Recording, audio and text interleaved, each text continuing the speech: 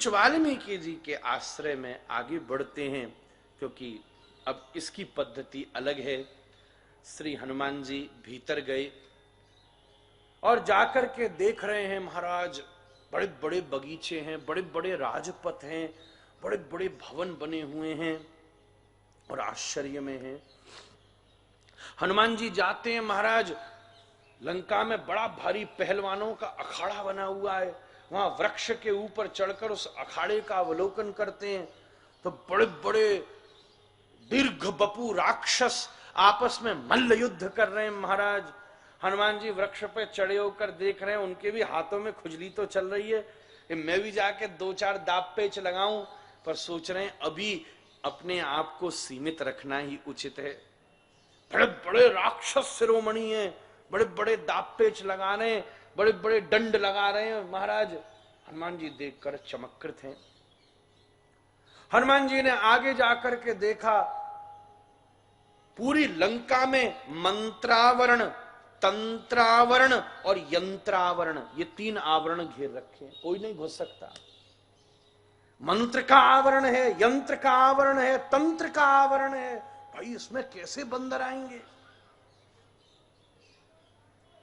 आगे जाके देखा तो महाराज बड़ी भव्य यज्ञशाला बनी हुई है, बिल्कुल वैदिक, और उसमें बैठ करके बड़े बड़े महाराज त्रिकालज्ञ अग्निहोत्री और मोटा मोटा यज्ञोपवीत पहन करके अनंत तेजस्वी ब्राह्मण बैठ करके रावण के हित के लिए, उसके ग्रह नियंत्रणों के लिए, उसके कल्याण, उसकी ऊर्जा के लिए अद्भुत वेद मंत्रों का उच्चारण कर करके आहुतियां प्रदान कर रहे हैं।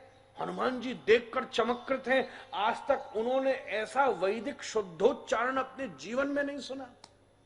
इतना शुद्ध, एक सामवेद की अलग यज्ञशाला है, ऋग्वेद की अलग, अथर्ववेद की अलग महाराज, सामवेद और महाराज यजुर्वेद की अलग, उसमें कृष्ण यजुर्वेद, शुक्ल यजुर्वेद की अलग। कोई बैठ के पुराणों के मंत्रों की आहुति दे रहा है, कोई बैठ के रक्षा कवचों का पाठ कर रहा है। एक बहुत बड़ा पुरोहितों का समूह बैठकर सतत रावण के उत्थान के लिए अनुष्ठान कर रहा है महाराज। हनुमान जी देखकर चमत्कृत है। वाल्मीकि वर्णन करते हैं। दूसरी तरफ जाकर के देखा तो एक बड़ी भारी वैदिक शाला है, विद्यालय रावण का, जहां राक्षसों के बालक बैठ करके न्याय, वैशेषिक, मीमांसाएं, योग, इन सब के ऊपर डिटेल से अध्ययन कर रहे हैं महाराज। बड़े निष्णात अध्यापक बैठ के अनुशासन के साथ उनको अध्ययन करा रहे हैं, और उस पूरे विद्यालय को बड़ी बड़ी प्राचीरों से घेरा हुआ है, जिससे बाहर के कोई भी क्रियाकलाप उन विद्यालय के विद्यार्थियों के अध्ययन में व्यवधान न दें। वहां क्या लंका में चल रहा है उसका कोई भी राजनैतिक, कोई भी विवाद विद्यालय में न हो। किसी भी राजनैतिक युद्ध से वो विद्यालय मुक्त होना चाहिए, ये लंका की व्यवस्था है। नहीं तो आज तो विद्यालय सबसे बड़ी राजनीति का केंद्र बन गए महाराज। हनुमान जी आश्चर्य में पड़ रहे हैं, वाह, अगर मैं गृहस्थी होता, मेरा बालक होता तो यही मैं एडमिशन कराता हूं महाराज। ऐसा जोरदार विद्यालय महाराज रावण का। हनुमान जी आश्चर्य में, वाह, ऐसा शुद्धोच्चारण विद्यार्थी। जब ब्राह्मण बालक बैठकर और द्वादश तिलक लगा करके और शिव मंत्रों का उच्चारण करते तो ऐसा लगता है कि स्वयं तांडव शिरोमणि भगवान शंकर उनकी जिह्वा के ऊपर तांडव कर रहे हो महाराज। आश्चर्य में है हनुमान जी। वेदशाला, यज्ञशाला, विद्यालयों का दर्शन कर रहे हैं। हनुमान जी ने जाकर के देखा, स्वर्ण की प्राचीरें हैं महाराज, ऐसे ऐसे बहुमूल रत्न जिन्हें पाना मुश्किल हो, वो पामड़े की तरह फर्श के ऊपर यूं ही वैदुर्य, नील, विद्रुम, स्फाट, स्फटिक, इसी प्रकार गलीचे की तरह फर्शों पर यूं ही बिखरी पड़ी हैं। बड़े बड़े उन्नत यंत्र लंका में लगे हुए हैं।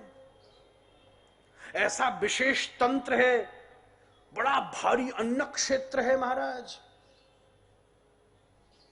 अगर समुद्र के मध्य सारी प्रजा को स्वस्थ रखने के लिए लंका में इतने बड़े बड़े अन्न क्षेत्र हैं, इतने बड़े बड़े स्टोर हैं महाराज, जहां सालों तक का गेहूं, चावल, साग इस सबको स्टोर करके रखा है, जिससे बाहर किसी से लाने की आवश्यकता न पड़े महाराज। रावण हनुमान जी देखकर आश्चर्य में है कि रोज समुद्र साकार रूप धारण करके आता है और अपने बहुमूल्य रत्नों को ला करके रावण के सामने समर्पित करता है। और सब जगह देखा हनुमान जी ने, हम सब लोग शनिचर का अनुष्ठान कर रहे हैं, बुद्ध का अनुष्ठान कर रहे हैं, बृहस्पति का अनुष्ठान कर रहे हैं। लंका में शनिचर खुद लटका हुआ अपना अनुष्ठान कर रहा है महाराज। शनिचर बांध रखा उसने, बुद्ध बांध, और महाराज बृहस्पति जी रोज बैठे पाठ कर रहे हैं लंका के दरबार में। सब उसके खुल काल चक्र रावण ने केंद्र किया महाराज। ऐसा पराक्रमी हनुमान जी एक बगीचे में गए, वहां जाके देखा तो बड़ी बड़ी रूपवती, कुलवती, विद्यावती, सौंदर्य संपन्ना बड़ी बड़ी नारियां बैठ करके महाराज तपस्या कर रही हैं। हनुमान जी को रोचकता आई है, क्यों तपस्या कर रही हैं। थोड़ा सा रूप बदल के किसी जाने वाले व्यक्ति से पूछा, यहां क्या हो रहा है, मैं ऐसे पर्यटक हूं, यहां आया हूं। बोले ये बड़ी बड़ी रूपवती अप्सराएं हैं जो तपस्या कर रही हैं कि किसी दिन देवता प्रसन्न हो जाए तो रावण हमें अपनी पत्नी और प्रिया के रूप में स्वीकार कर ले। हनुमान जी आश्चर्य में है, ये तो क्यूरियोसिटी बढ़ती जा रही है महाराज, ये है कौन महापुरुष। हनुमान जी घूमते घूमते गए महाराज, बड़े बड़े लोग बड़ी बड़ी उपासनाएं कर रहे हैं, बड़े बड़े कनकधारा स्तोत्र पढ़ रहे हैं कि कुबेर सिद्ध हो जाए। यहां महाराज विमान के साथ रावण ने खुद ही कुबेर बिठा रखा है। ए तू सबरी अकाउंटिंग खुद करियो रे। हनुमान जी चौंके, भाई साहब ये क्या लीला है। वरुण बैठा है, कुबेर बैठा है, साध्यगण बैठे हैं, सिद्धगण बैठे हैं। हनुमान जी आश्चर्य में विचार करते, चलते चलते स्थान पर पहुंचे, इंद्रजित का महल था। गुरुदेव वर्णन करते, इंद्रजित के महल में पहुंचकर, मेघनाथ के महल में पहुंच के हनुमान जी बड़े प्रसन्न हुए।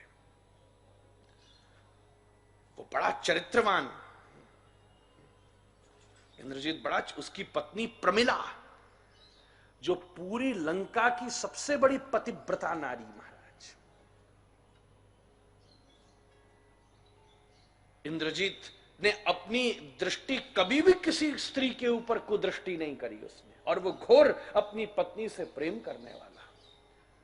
हर प्रकार से प्रमिला, अगर परमेश्वर को खड़ा कर दिया जाए और मेघनाथ को खड़ा किया जाए तो वो ऐसी जो मेघनाथ को स्वीकार करे, परमेश्वर का प्यार त्याग कर, ऐसी पतिव्रता नारी।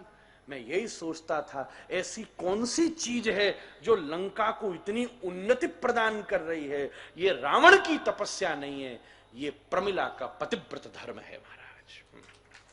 हनुमान जी उस स्थान को देखकर प्रसन्न हो।